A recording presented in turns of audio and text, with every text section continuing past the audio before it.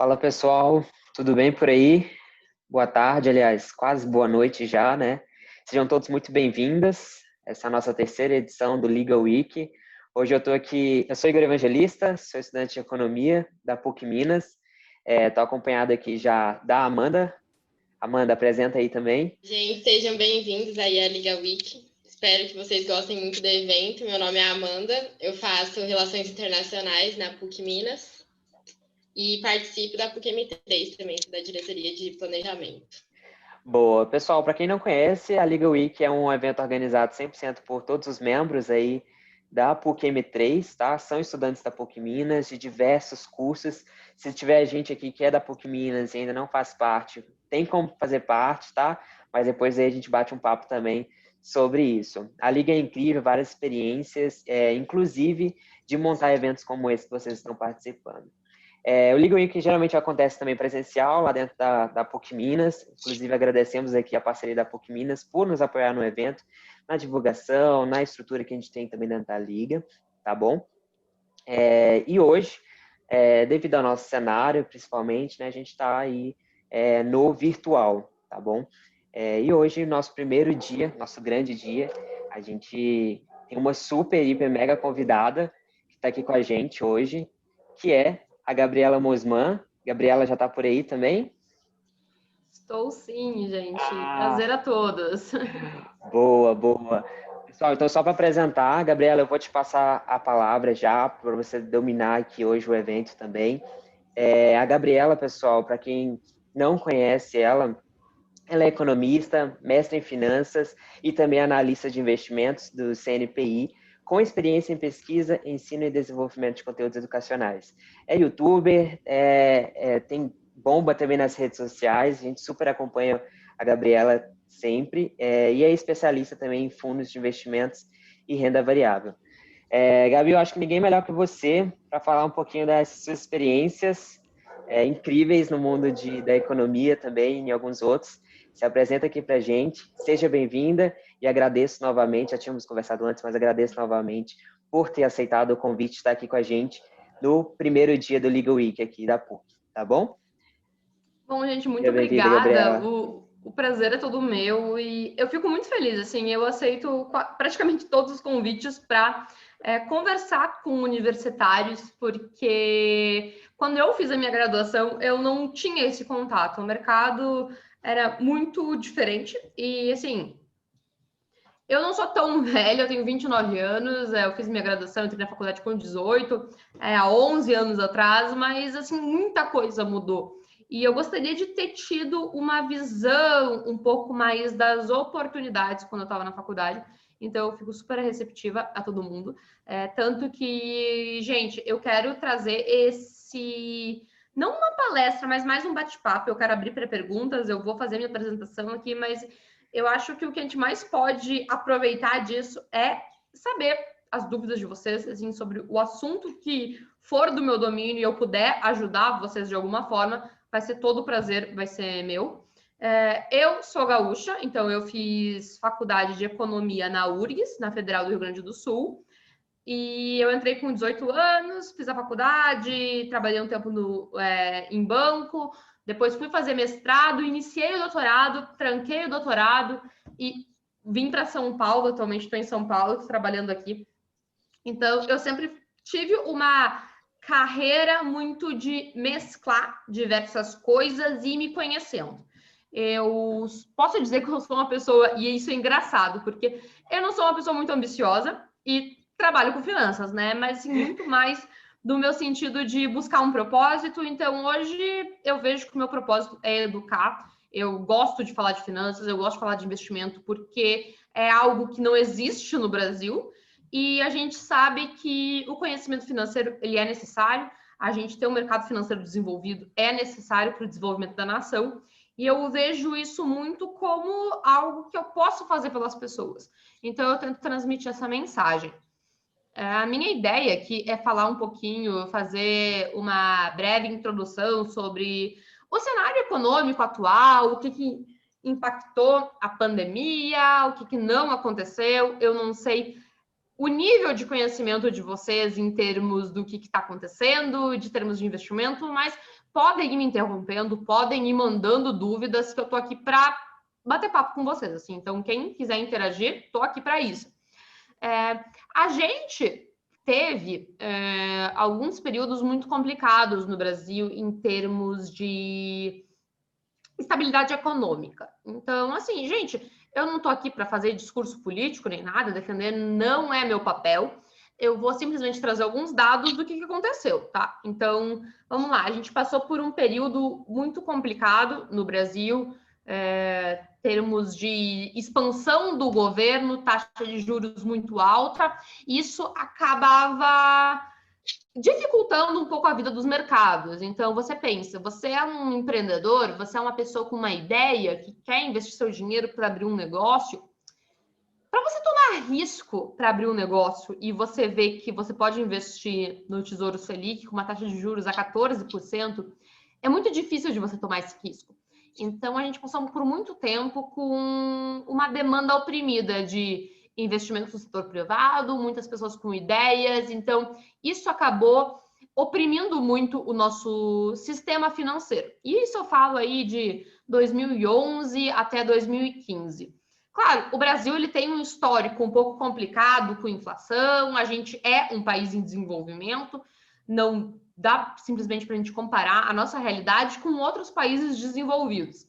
Mas o que acontece? A gente começou a ter algumas mudanças de cenários políticos mesmo e alguns incentivos. Então, a nossa inflação começou a ficar um pouco mais controlada, a gente começou a conseguir diminuir realmente a taxa de juros, e isso são sinalizadores da economia que dão incentivos para as pessoas empreender, expandir, sabe? Empresas tomarem dívidas. Então, isso estimula o mercado financeiro como um todo, porque vale lembrar, gente, que uma ação nada mais é do que trazendo assim no passado.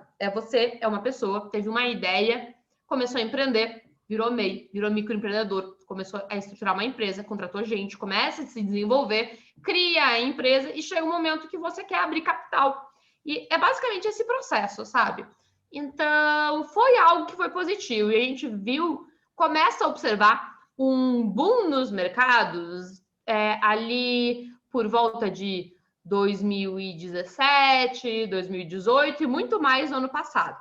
Então, a gente vê que grande parte do mercado, a gente teve um boom no mercado ali em 2007, muito por causa das commodities. Então, o nosso país é um reflexo de um país pobre. Então, a gente tem muito da nossa economia vinculada à exportação de commodities. E ali foi um período que estava bombando, então o país bombou. Veio a crise de 2008 e muitos países do mundo recuperaram, a gente não recuperou. A gente ficou patinando, digamos assim. Então, a gente estava aí com uma economia, sabe, represada, digamos. Então, a gente começou a ter um pouquinho mais de confiança e, assim, não é em questão de discurso político nem nada disso, isso não cabe a mim, mas qualquer líder que tenha um viés um pouco mais liberal, isso geralmente o mercado gosta, tá? Então, o mercado começou a ter um pouquinho mais de confiança sobre esse assunto e começou a se desenvolver. O que acontece? Chegou a pandemia, né? Pegou todo mundo de surpresa. Então, isso foi algo que, assim, surpreendeu até os melhores gestores do Brasil. Por quê? A gente estava com uma expectativa melhor de retomada, porque quando houve uma mudança política, teve aquele boom como é que eu posso dizer, do otimismo, foi quebrado, porque a reforma da Previdência demorou para sair e vai, porque existem burocracias no governo, então a gente deu a estabilizada, mas as coisas estavam indo. E o Brasil precisava que as coisas estivessem indo, porque a gente precisa desenvolver a nossa economia, que estava estagnada por muito tempo. Mas chega o coronavírus e quebra todo mundo. Então, a gente vê muitos investidores foram pegos de surpresa, porque foi muito rápido. Então, a gente via no final de dezembro, início de janeiro, algumas conversas do coronavírus na China, mas ninguém levava a sério. É um pouquinho daquela realidade do comigo não vai acontecer, sabe? É normal. A gente sempre acha que a gente não vai acontecer. Então, acabou acontecendo porque foi muito rápido. E isso acabou pegando todo mundo de surpresa e foi muito rápido a inserção da pandemia e a gente não está tendo resposta. Então, muitas incertezas foram sendo tomadas. E o Brasil, que já estava numa dificuldade em termos fiscais, porque nos últimos vários anos ele acabou expandindo muito a parte pública, gastos governamentais, e a economia não ia, inflação um pouco descontrolada. Isso gerou uma instabilidade que o novo governo estava com algumas propostas que precisariam ser executadas, tanto de diversas reformas, privatizações, e isso estava demorando por causa da burocracia, e chegou a pandemia e acabou congelando tudo isso. E dentro disso, quem acaba, desculpa, eu não quero falar palavrão, mas quem acaba se ferrando são os menores, né? E eu não vou dizer nem empresas da Bolsa, gente. Assim, eu vejo muitas pessoas assim, mas essa empresa vai... Não. Assim, quem se ferrou mais foi o pequeno, médio empreendedor, o empreendedor de esquina, que não tem estrutura, não é empresa da Bolsa. Por mais assim que a gente possa ver que algumas empresas tiveram dificuldades, não são elas que mais tiveram essas dificuldades. Foi realmente o pequeno empreendedor que consolida a maior parte das pessoas no Brasil. E dentro disso, o governo traz aí alguns incentivos de Corona Voucher, redistribuição de renda, só que, por mais que isso possa ter sido benéfico para essas pessoas em necessidade, isso acaba desequilibrando mais o quesito fiscal do governo, que já estava desequilibrado. Então, isso gera incertezas no cenário externo, isso com a diminuição da taxa Selic, que foi aí uma manobra do Banco Central para tentar estimular que as pessoas não economizem dinheiro e coloquem o dinheiro para circular quando voltar, acaba que diminui a confiança do investidor externo, porque você pensa, você é um fundo de investimento nos Estados Unidos, por que você vai investir no Brasil pagando 2% ao ano com esse risco fiscal, se você tem um mundo de opções para investir, que você pode ganhar menos com menos risco? Então, isso acaba fazendo o dólar dar uma disparada e muitas incertezas vão se gerando. E para quem acompanha um pouquinho mais o mercado, pode ver que agora, até setembro, outubro, até o próprio Tesouro Selic teve uma marcação a mercado negativa, que acabou destabilizando muita gente que nunca pensou que isso ia acontecer. Eu nunca pensei que isso ia acontecer. Isso é tudo fruto de expectativas sobre o cenário. Então, a gente não sabe o que vai acontecer. A gente já sabe que, mesmo que o governo traga propostas que possam ser pró-mercado, pró-desenvolvimento da economia, isso demora. A gente não tem certeza sobre isso. Então, a gente está com uma grande incerteza e instabilidade da economia brasileira hoje devido a isso. Assim, o cenário fiscal é um dos principais pontos para definir o que vai ser no ano que vem.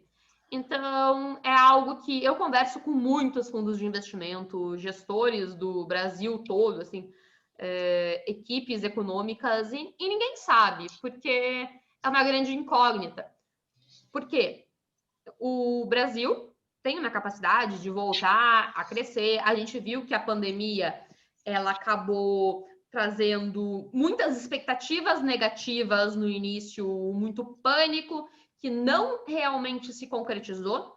Sim, infelizmente muitas pessoas faleceram, mas a gente vê que o mercado ele sofreu um boom muito grande e logo retornou. Só que a gente tem essa incerteza do cenário fiscal. Então, é algo muito difícil de saber o que vai acontecer, porque depende de muita coisa, depende das propostas de reformas que vão ser feitas, a gente não tem nada ainda concreto.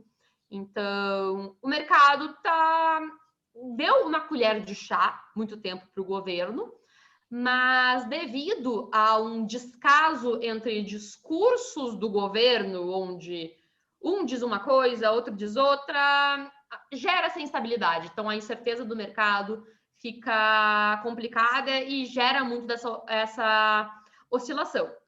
Claro que não é só no Brasil, né? A gente tem aí a eleição nos Estados Unidos, que também gera um pouco de debate. Então, essa polarização, Estados Unidos, China, que já vinha do ano passado da guerra comercial com eles.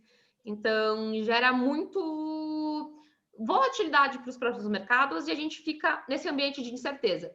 E eu digo isso porque eu vejo muitos grandes fundos de investimento, que são assim, as pessoas que, tirando dentro da própria Suno, que é a empresa que eu trabalho, porque, assim, gente, sendo bem sincera, eu sou formada em economia, mas eu entendo as limitações que uma única pessoa pode ter em relação ao formato da perspectiva econômica, e eu gosto muito de conversar com diversos agentes do mercado para entender onde a visão do conjunto está indo. Porque eu, Gabriela, posso ter minha visão, mas eu quero entender a visão do conjunto, porque a gente consegue entender um pouquinho mais as movimentações do mercado.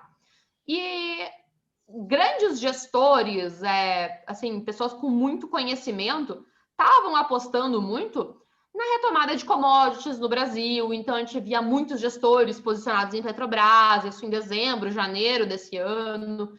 E muitas pessoas acabaram sendo impactados pela pandemia e também ali no final de fevereiro, início de março, teve um outro cisne negro, que foi a guerra do petróleo ali que a gente teve com a Arábia Saudita, a Rússia, e que pegou todo mundo desprevenido, né? Assim, não tinha muito o que fazer. Então, a gente vê grandes agentes do mercado tomando uma posição um pouco mais passiva nesse momento para se proteger, para conseguir ter um pouco mais de certeza para a construção de cenários e hipóteses de investimento.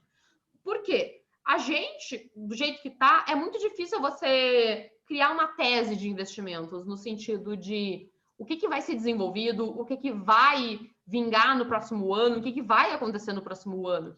Porque todo investimento feito, ele é oriundo de uma tese. Então, a gente cria um cenário que a gente acredita com mais probabilidade do que pode acontecer com diversos fatores, só que hoje a gente não tem muito bem isso. Então, a gente vê alguns grandes gestores, eles começando a conversar agora para começar a reconstruir as suas teses. E muitos tiveram, assim, eu acho que um dos maiores ensinamentos dessa pandemia foi a gente poder ver a humildade de grandes agentes do mercado, porque, assim, a gente não tinha noção do que ia acontecer. Então, muitos fundos de investimento liquidaram posições, tomaram uma situação um pouco mais conservadora, porque, assim, não sei o que vai acontecer, não tenho controle, vamos esperar, ver, sabe? Vamos esperar um pouquinho a gente ter alguns indicativos de para onde o mercado, para onde as instituições vão. Porque a gente até viu uma grande retomada agora, nesses últimos meses, do cenário de commodities.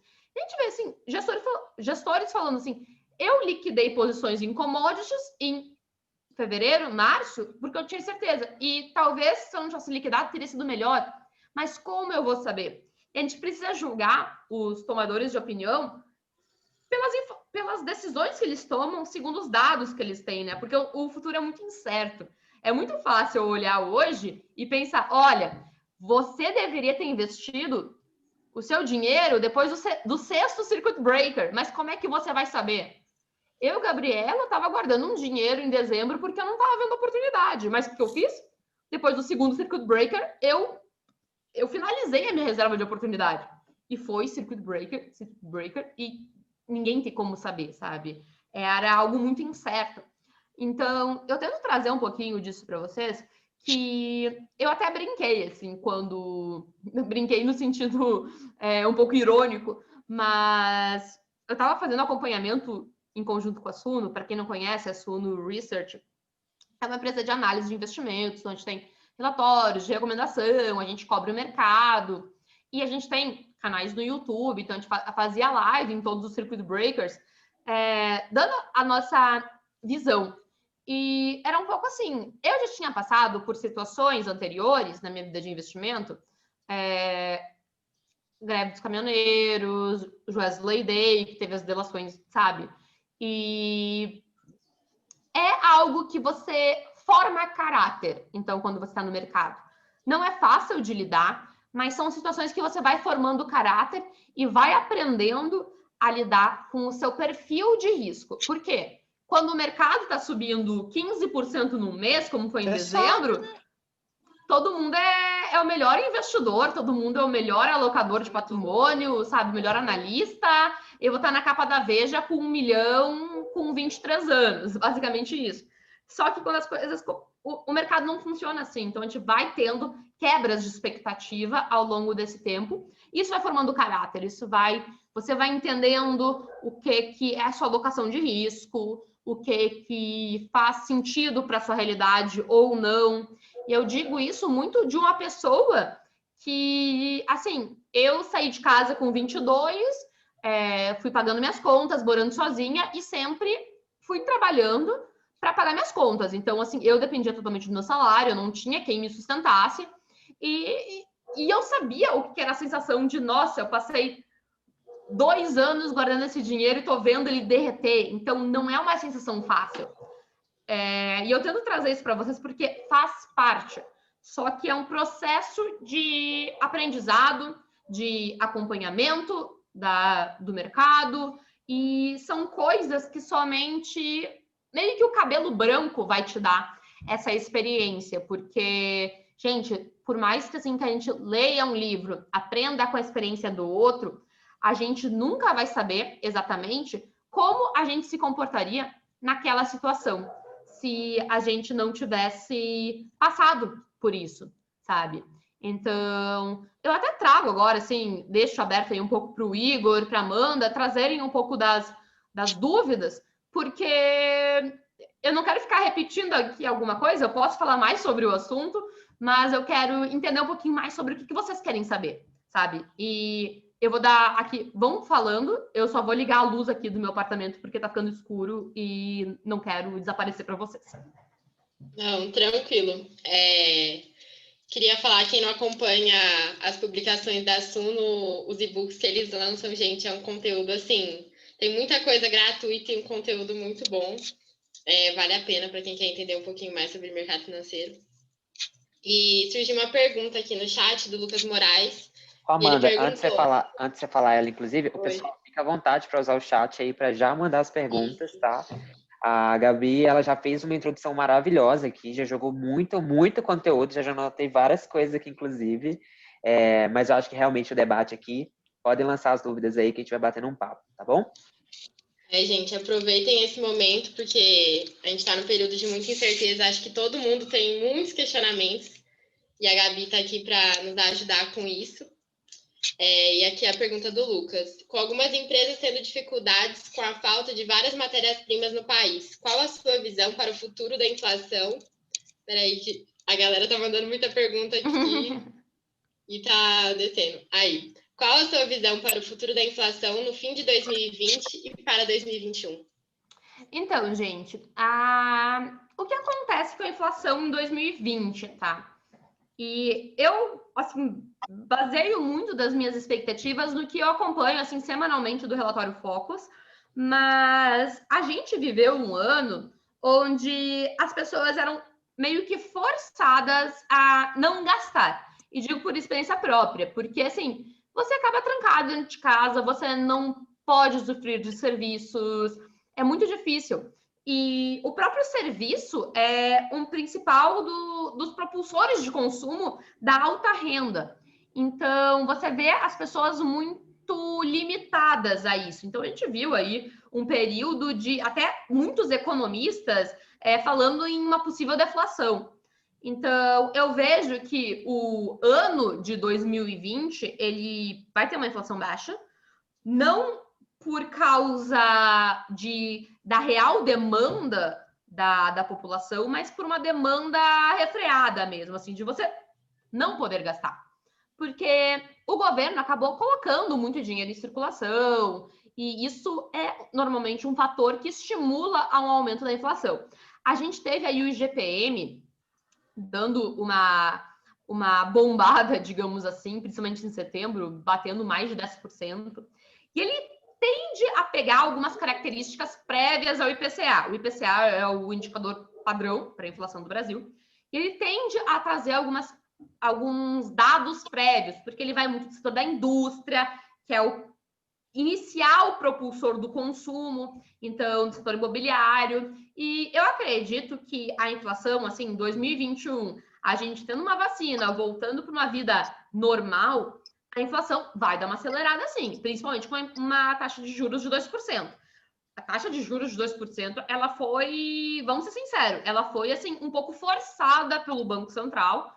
Então, não é uma taxa de juros fidedigna para a nossa realidade. A gente é um país em desenvolvimento, um país que tem um risco Brasil. Então, você colocar uma taxa de juros de 2% é um pouco irreal quando você pensa no investimento risco e retorno no Brasil, tá? Então, a gente já pega, assim, o relatório Focus estabelecendo a gente já voltar para uma taxa de juros de 5%, 6%, talvez não em 2021, mas 2022, a inflação vai dar uma acelerada, mas eu acredito que a gente não vai ter um cenário, assim, de inflação a 10%, de taxa de juros a 2 dígitos. Eu entendo que a gente já está com uma estabilidade um pouquinho melhor.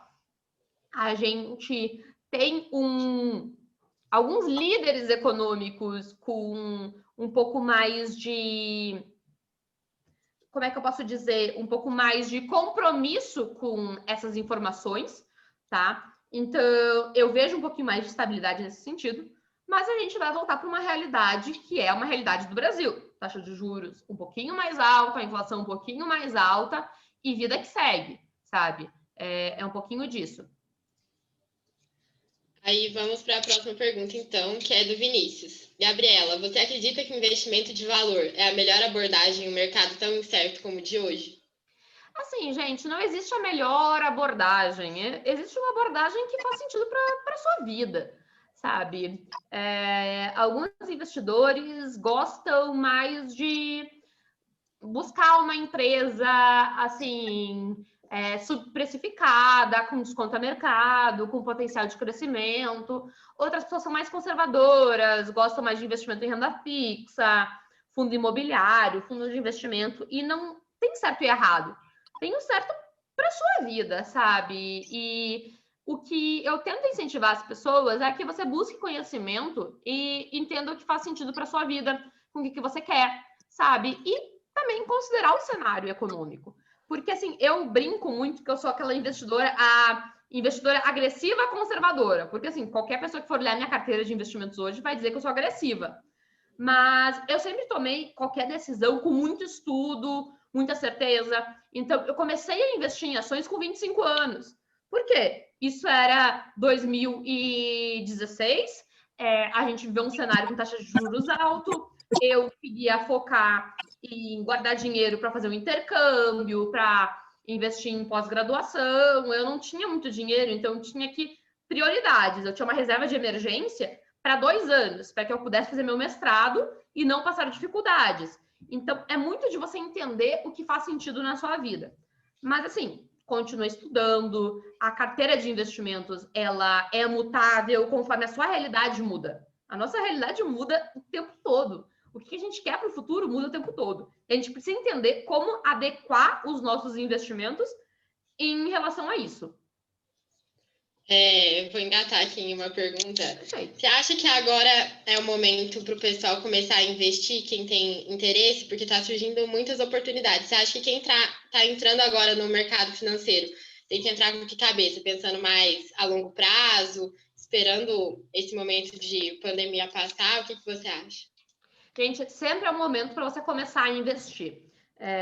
Basicamente, o que eu sempre indico para o pessoal, assim, regra de bolso, faça primeiro sua reserva de emergência. Ah, mas eu moro com os meus pais. Beleza, seu custo mensal com a sua vida é R$100, R$500 para você pagar o seu final de semana. Não sei, mas conta isso para você não ter estresse na sua vida diária, tá? Fora isso, você tem que entender o que você realmente quer. Quais são os seus objetivos? Você quer começar a construir a sua liberdade financeira? Você tem algum objetivo de curto, médio prazo? Você quer guardar dinheiro para o intercâmbio? Guardar dinheiro para comprar um carro? Ah, não, meus pais vão pagar isso. Beleza, vai só para o longo prazo. Ah, não, eu preciso guardar dinheiro para isso, é um sonho meu e meus pais não podem arcar. Equilibra isso. Vai muito do que você quer e entender esses equilíbrios. A minha visão, e assim, para aquelas pessoas que estão começando a se tornar independente financeiramente, ter o seu trabalho, pagar suas contas, sair de casa. Gente, no mínimo, guardem 20% do que vocês ganham para investimentos. Porque, assim, se você começar jovem e conseguir guardar de 10% a 15% para o longo prazo, gente, daqui 30, 40 anos, você vai estar felizaço, tá? Você vai conseguir ter uma estabilidade financeira, independente se você ganhou pouco ou ganhou muito. Você vai conseguir ter aí a sua previdência própria, porque a gente sabe que a gente não vai poder depender do governo e a gente precisa criar a nossa própria previdência. E a melhor forma é você, desde cedo, fazendo esses investimentos. Mas a vida não é só economizar dinheiro para viver para o futuro. Então, a gente tem que ter um pouquinho desse senso de guardar um dinheiro para esses objetivos que a gente quer ao longo da vida. Seja fazer uma viagem, pagar uma pós-graduação, pagar algum tipo de curso. Então, é muito de você conseguir identificar esses seus objetivos e ir alocando esses dinheiros de forma equilibrada para esses objetivos. Só aqui um comentário. Eu acho que o Rael queria fazer uma pergunta, mas sua pergunta não veio completa, viu, Rael? Então, manda ela aqui para nós de novo. Aí o Vitor está perguntando. Boa noite, Gabriela. Minha dúvida é com relação às eleições dos Estados Unidos. Como é a sua visão sobre o impacto na economia brasileira se o Biden ganhar? Pelo que eu acompanho, o Trump apresenta um posicionamento comercial / ideológico mais alinhado com o Brasil. Vamos lá, gente. Agora é aquela verdade que dói, né? Ninguém se importa tanto assim com o Brasil. E vamos voltar na eleição do Trump. Não sei se vocês lembram. Por mais da pessoa mais esquerdista, mais direitista, whatever, muita gente olhava para o Trump e tipo, quê? Sabe? Essa pessoa está concorrendo porque ele é um pouco caricato. E a galera falou, meu Deus, se o Trump ganhar, Terceira Guerra Mundial, vai acontecer o caos. E eu digo isso relembrando o que o povo em geral falava no momento da eleição. E o Trump ganhou. O que aconteceu? Não aconteceu a Terceira Guerra Mundial. Então, eu vejo que muitas pessoas vão falando do Biden, agora ele é socialista, ele vai transformar os Estados Unidos em um ambiente comunista. Não. Os Estados Unidos, eles têm um modelo político um pouco diferente do Brasil, onde os estados são muito mais independentes. E, gente, o presidente, ele não é o todo-poderoso. É muito difícil, e principalmente se ele não tiver um apoio do Congresso, para fazer o que ele bem entender. Então, eu particularmente acho que não vai ter tanta dificuldade. A gente vê muito mais aqui em termos de Brasil, muitas vezes o Bolsonaro falando que o Trump é o parça dele, não sei o quê, quando o Trump não tá nem aí, sabe? E infelizmente essa é a realidade, assim, o Brasil não é tão relevante. A gente aprende muito mais a se adequar com as outras realidades. Então a gente vê que se o Biden ganhar, o governo brasileiro vai precisar se adequar à nova realidade. E bola para frente, sabe? Eu, particularmente, isso é algo que a experiência, conforme os anos vão te trazendo, porque você vai vendo as expectativas de muitas pessoas, nossa, isso vai acontecer se fulano se eleger, e não acontece bem isso. Da mesma forma que todo mundo tava, meu Deus, quando o Bolsonaro se eleger, todo mundo não, assim, mas uma grande parte. Vai ser a salvação, o Brasil vai virar liberal, vai privatizar tudo, e não é bem assim, as coisas demoram. Nenhum político, presidente, ele é o todo-poderoso. Então, é vida que segue, sabe? O mandato é relativamente curto, são 4 anos, então ele não consegue fazer tudo.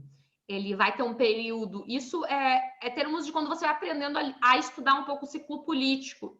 O presidente, ele vai ter um período onde ele vai poder fazer algumas coisas, ele vai depender do Congresso, e ali, 1 ano antes da nova eleição, ele já está em processo de recandidatura, onde ele tem que fazer propostas, ele vai ter que fazer atividades que agradem o público, então é um pouco complicado, tá?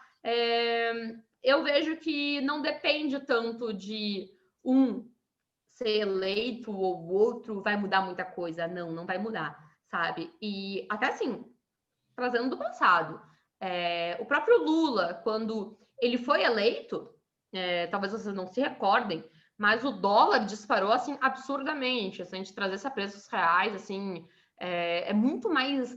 O real está muito mais desvalorizado do que ele está hoje. Porque muita gente fala, meu Deus, agora o Brasil vai ficar socialista. E não. O que ele fez? Ele continuou com uma política econômica que era adotada no governo Fernando Henrique e foi, sabe? Você precisa se tornar um pouco, ter um discurso mais palpável de centro para ser eleito. Então, você vai precisar fazer políticas um pouco mais de centro para agradar a maioria, para ser eleito, para ser mantido. Então, a gente vê que acaba que um político ou outro, ele não é tão impactante.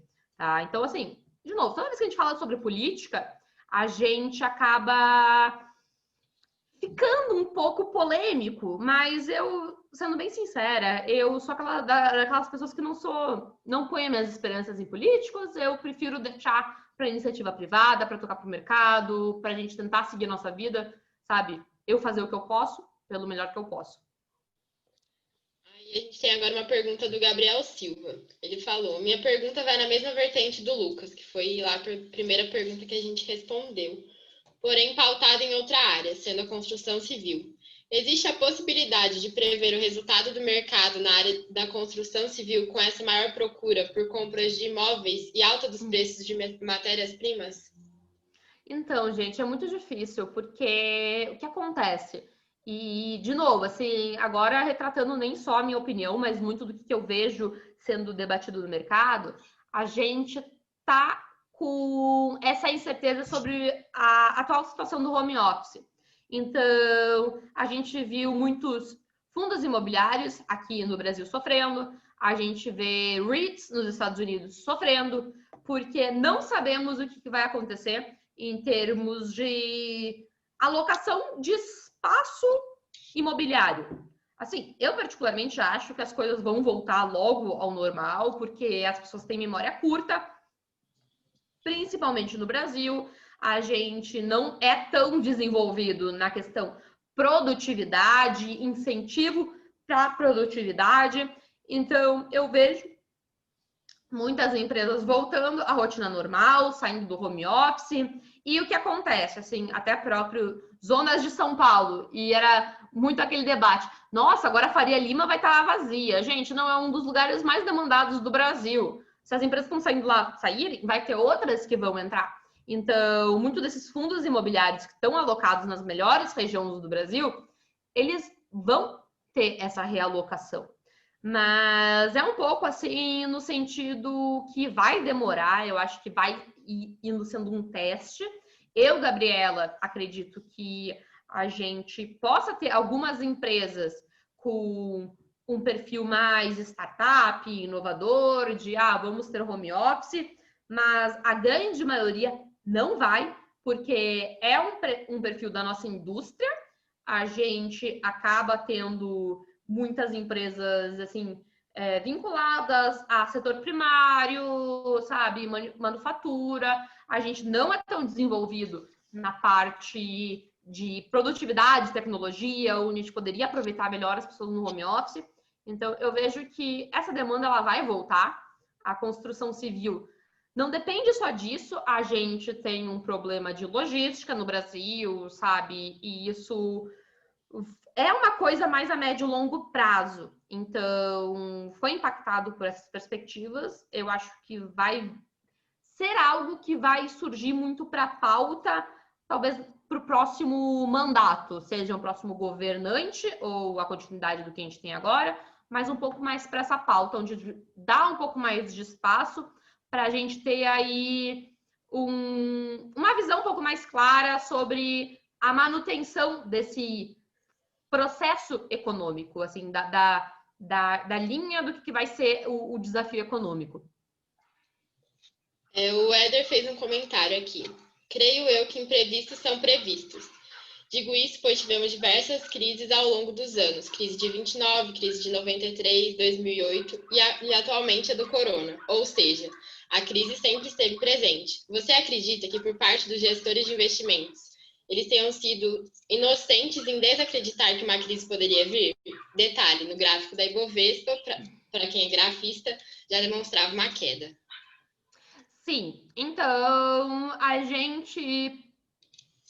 Cara, assim, ciclos econômicos. Para quem estuda economia, a gente vê que na macroeconomia temos muitas teorias de ciclos econômicos que vai e volta, vai e volta. Esse é o processo natural. A nossa vida é assim, a gente passa por momentos de altas e de baixas, faz parte do processo humano. E é muito da questão da gente se preparar para uma crise. O que acontece? A gente nunca vai conseguir prever a crise, porque se a gente prevesse a crise, ela não seria uma crise. É basicamente isso, assim seria muito fácil a gente dizer... Hoje é muito fácil a gente olhar para trás e dizer, era óbvio que o corona ia aparecer. Então, por que você não estava vendido em Ibovespa, sabe? São coisas nesse sentido. A gente nunca vai conseguir prever a crise, porque essa é uma das características dela, né?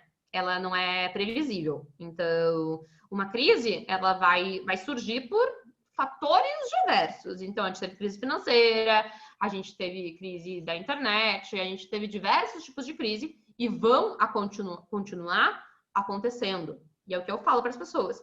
Por isso, a gente tem que ter um bom senso nos nossos investimentos pessoais, porque é isso, gente. A crise do corona apareceu, muita gente ficou desempregada, sem reserva financeira, sem entender o que estava acontecendo, sem perspectivas do que viria a acontecer.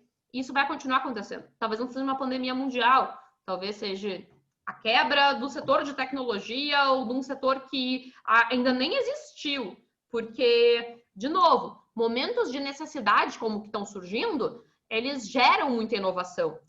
A Airbnb surgiu na crise do subprime, porque tinham pessoas lá que estavam desempregadas, querendo ganhar uma renda extra, e pensaram, vamos alugar o nosso apartamento. E começou assim, porque eles viam, acho que era São Francisco ou San Diego, agora não lembro os fundadores do Airbnb, e tinha uma convenção lá, e vamos alugar nosso apartamento, e começou a ser desenvolvido isso, e foi algo que revolucionou o setor hoteleiro do mundo inteiro. Então, são coisas que vão vir novas inovações, que a gente não sabe o que vai acontecer, adoraria saber, mas a gente não sabe, a realidade ela é muito dinâmica, então, da mesma forma que novas crises vão ser muito dinâmicas, vão surgir de coisas que a gente nem imagina. E como a gente tem que pensar um pouco no nosso próprio individualismo, como nós podemos nos proteger, sabe? E muitos gestores de fundos pecaram nisso, mas muitos conseguiram ler esse movimento. Então, existem alguns gestores que conseguiram ler esse movimento. Outros erraram, porque não foi tão fácil de ler. Mas é aquilo, né?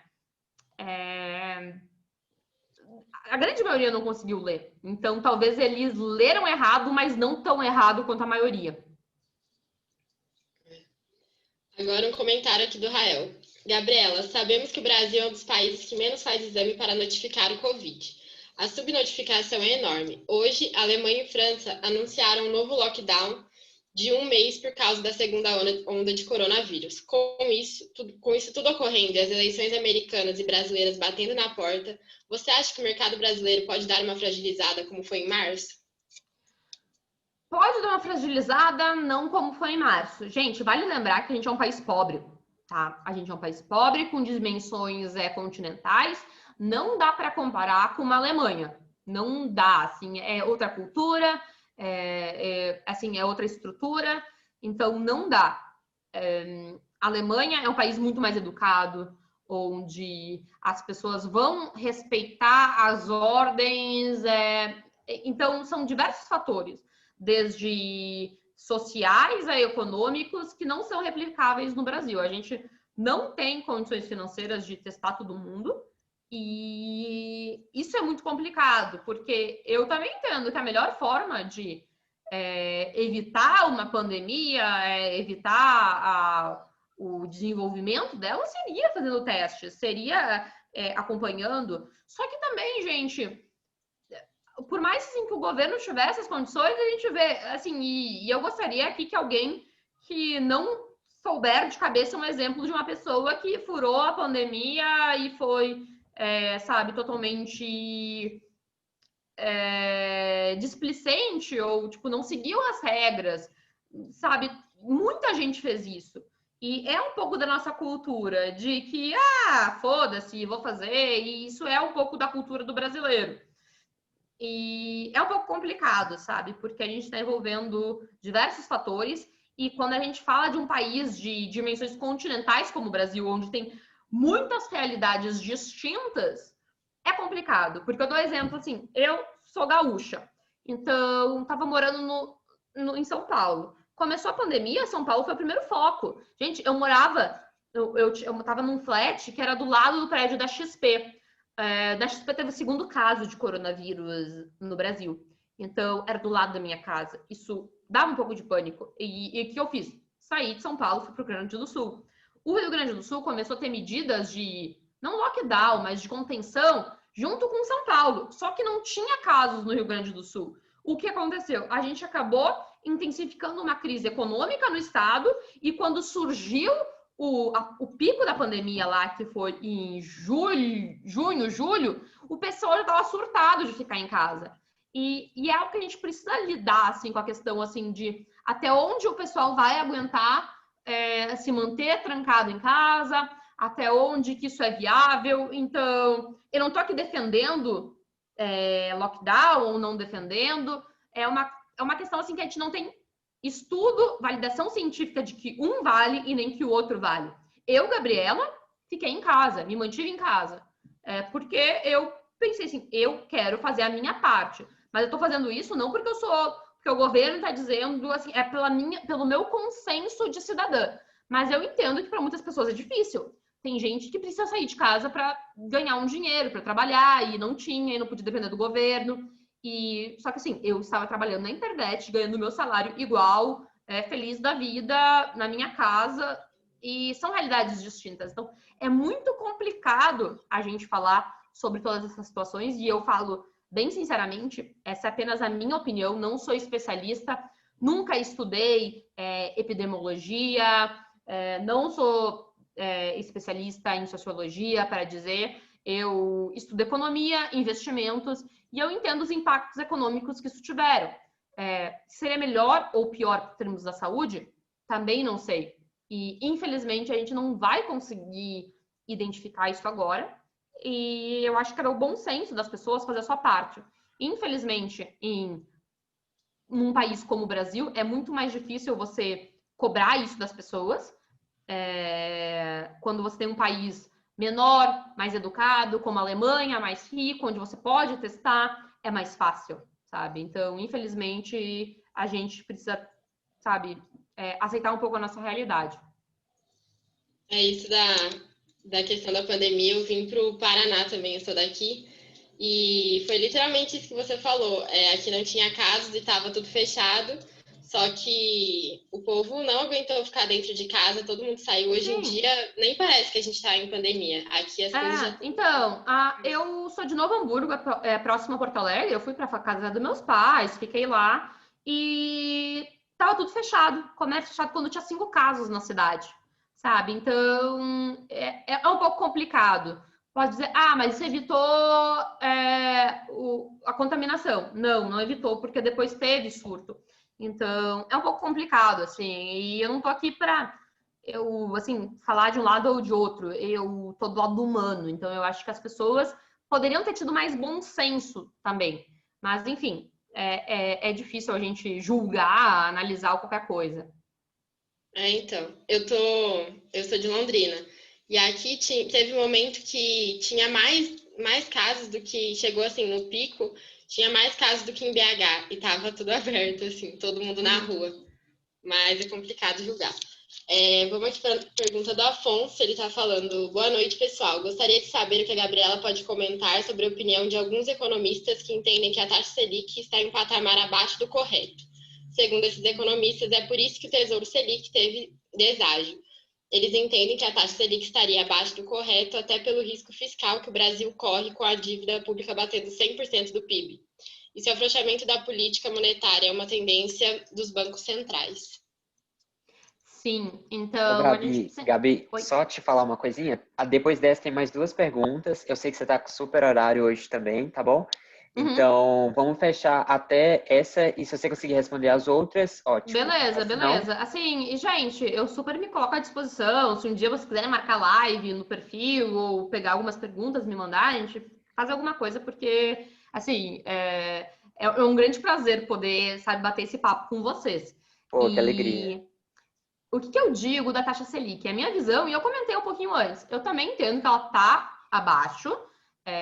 A gente não pode achar que a realidade do Brasil em termos de risco-retorno, você pensar que você é um investidor estrangeiro e olhar para o Brasil, você vai investir no Brasil, com o risco que o Brasil tem, por 2% ao ano, sabe, é um pouco irrisório. E o que acontece? A gente está com uma dívida muito elevada, muito do que o governo fez foi baixar essa taxa de juros, porque isso também controla um pouco a extensão dessa dívida, porque ela vai ser reajustada à taxa Selic, né? Então, é uma forma de o governo também refrear isso. Então, a gente vê assim que o governo não vai elevar muito ela. Uma estratégia do próprio ministro da Economia de tentar fazer uma desvalorização do real, porque isso, de certa forma, gera um ganho para as empresas mais propulsoras do Brasil, que são as de commodities. Então, são empresas que vão ter receitas em dólares, então a gente consegue ter um ganho competitivo para essas empresas. Também para a questão de exportação, assim, é muito barato os bens no Brasil, então muitas empresas no exterior podem querer consumir do Brasil, então é uma estratégia para tentar impulsionar a economia. Só que acaba correndo o poder de compra da classe como um todo, né? Então a gente vê que é uma estratégia, sim, do governo atual, tentar deixar o real um pouco desvalorizado. Tanto que o próprio ministro Paulo Guedes, ele falou assim, se acostumem por um bom tempo com o dólar alto, porque é uma nova realidade que a gente vai viver. E, infelizmente, de novo, somos um país pobre, com dificuldades fiscais, e se a gente não tiver uma reformulação do nosso cenário, reforma administrativa, que é uma das mais importantes que a gente precisa, reforma tributária, o governo dá indícios de que ele vai conseguir, de alguma forma, diminuir esse déficit, a gente vai estar aí com uma taxa básica de juros. Ela vai subir um pouquinho, mas eu entendo que uns 5%, 6%, um dólar alto, e uma inflação aí um pouquinho mais alta, de uns 3%, 4%.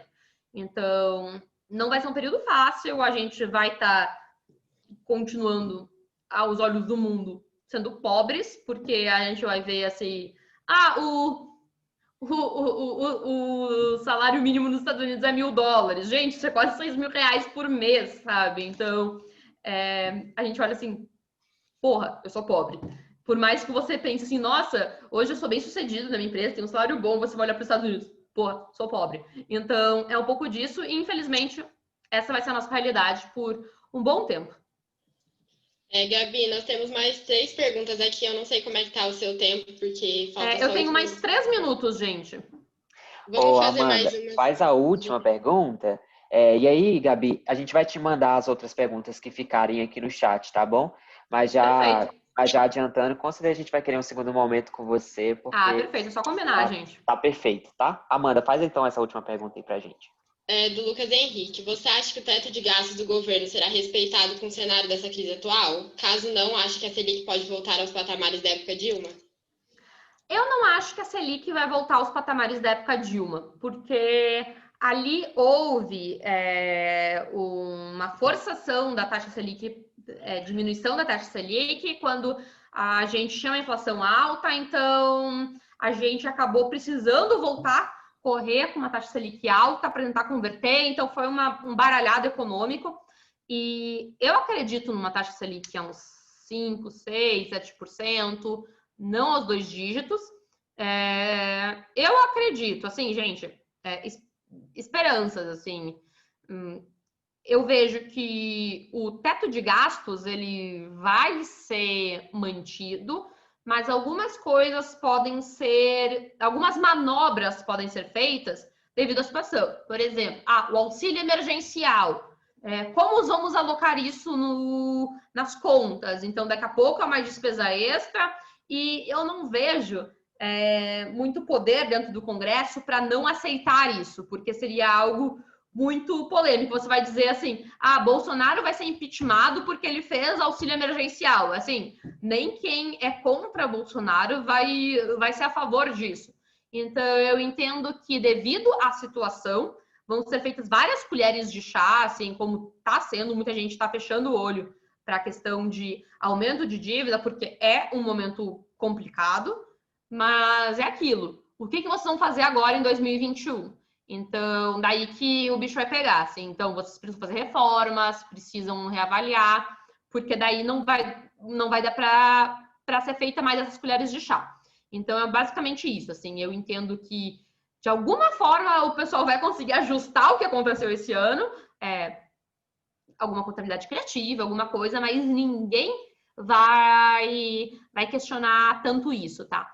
Porque, assim, não tô aqui para dizer que o que aconteceu com a Dilma foi golpe, não foi golpe, mas não foi só pela contabilidade criativa dela, foi por um desleixo econômico de tudo que aconteceu, e eu entendo que o que foi feito agora foi um pouco de consenso. Todo mundo sabia que precisaria ser feito um auxílio, e quem é mais contra esse tipo de auxílio seriam as pessoas mais liberais, libertárias, e que ainda vão ver como a política econômica a melhor opção que está tendo, tá? Então, eu acho que isso é muito mais debate político, né? Onde a gente vê várias pessoas argumentando e tentando entrar em um consenso.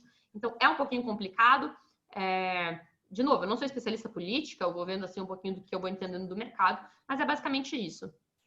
Gabriela, muito, muito, muito obrigado pela sua participação. Foi incrível, incrível. Cada pergunta, cada resposta, que isso, brilhou. No grupo interno nosso tá bombando de mensagem falando, gente, quem é essa mulher maravilhosa? Gente, que fofo. Quem nunca escutou, tenho certeza que a partir de agora vai seguir. Gabriela, muito obrigado por ter participado aqui com a gente, todos os participantes também. Sigam a Gabriela nas redes sociais, no YouTube, no LinkedIn, em todos os lugares possíveis, porque essa mulher realmente é maravilhosa. E, assim, a gente pode marcar uma outra conversa, a gente pode sair um pouquinho até desse cenário, pandemia. Às vezes eu falo, gente, assim, eu sei que, acredito que muitos de vocês querem ingressar no mercado financeiro, eu já falei várias vezes sobre isso, então entre em contato comigo nas minhas redes sociais. Assim, é um prazer poder ajudar a todo mundo. Boa, muito obrigado. Vamos marcar essa segunda conversa com certeza, tá bom? Tá bom, gente. Grande abraço. Obrigadão, Gabriela. Obrigada. Abraço. Tchau, tchau, Amanda, gente.